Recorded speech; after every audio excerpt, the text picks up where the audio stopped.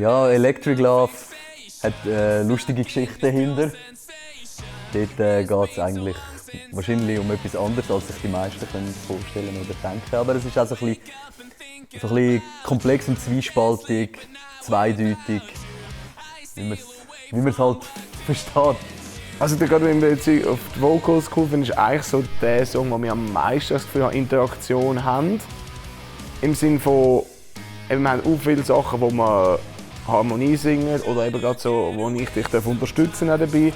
Das macht einfach auch Spass, weil ich habe gerne die Teile, wo ich selber singen darf, aber ich finde die, wo wir so Gesangsharmonie haben, auch wenn es anspruchsvoll ist, kommt der Schluss am Ende auch gut. Aber ja, das stimmt. Ich finde generell bei diesem Song so die Harmonie und die Melodie sehr stark. Also vor allem, es ist so der Song, und ich finde der Chorus ist einfach sehr einprägsam, wo man kann mitsingen im Refrain.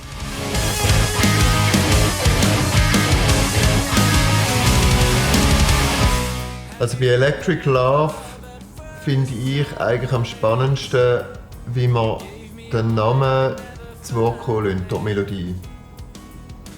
Also das ist zum einen bei den Gitarren, aber vor allem jetzt bei den Synthes das Elektronische, wo eben das Electric wiedergibt.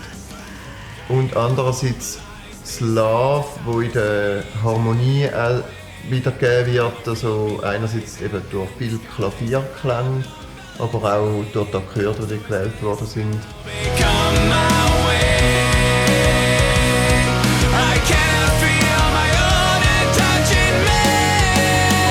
Ja, die Inspiration dahinter kommt eigentlich aus einem Referat über Pornografie und Pornografieabhängigkeiten, wo ich gesehen habe. Ich habe es spannend gefunden, dass sie für eine Versuchsstudie haben sie Kontrollgruppen gesucht und sie haben tatsächlich keine Männer im Zielalter gefunden, die keine Pornografie konsumieren.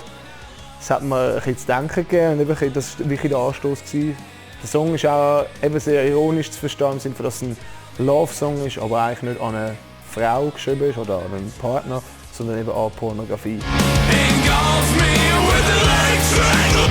Ich finde vor allem der Mittelteil gibt so ein bisschen den Raum am Ganzen. Es ist ein relativ hektischer Song und gerade das Bossa Nova und nachher die langen Klänge, die es eigentlich gibt und der Build-up, oder wir haben viele Teile in allen Songs, haben wir sehr komplexe Teile, auch in diesem Song, im Electric Love.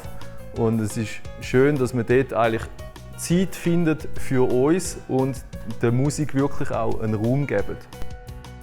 Der Song ist quasi ohne das Ganze. Und dann hat er wieder im Sound gedrückt. Ja. Genau, es hatte wie noch ein Loch im Song. Wir haben gewusst, wir wollen den Break machen nach dem Refrain, wir wollen den Jazz-Style haben. Fragezeichen, Fragezeichen, zurück in den Refrain. Und das ist dann eben mit dem Random Sound, eben wenn man auf dem X-Effects einfach mal am Rädchen dreht, kommt man auf irgendeinen Sound, der eben so super viel Hall und Delay drauf hat.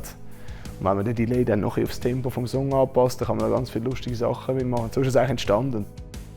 Wir haben uns überlegt, wie viele Songs machen Sinn auf einem Album. Und eine gute Anzahl ist einfach 7. Das ist einfach so. 5 sind ein bisschen wenig, 6 ist sehr regulär und 7 ist einfach eine super schöne Zahl.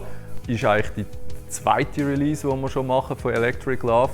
Es ist halt ein Song, der mir persönlich sehr gut gefällt, vom Aufbau her, von der Musikstilrichtung. Und man denkt, wenn wir nochmal ins Studio gehen und den professionell aufnehmen, nicht so mit unseren einfachen Mitteln, die wir halt in unserem Räumchen haben. Die Unterschiede sind eigentlich frappant. Die kann man richtig spüren, dass da einfach viel mehr rausgeholt worden ist eigentlich aus dem Song, als wenn wir das selber produzieren.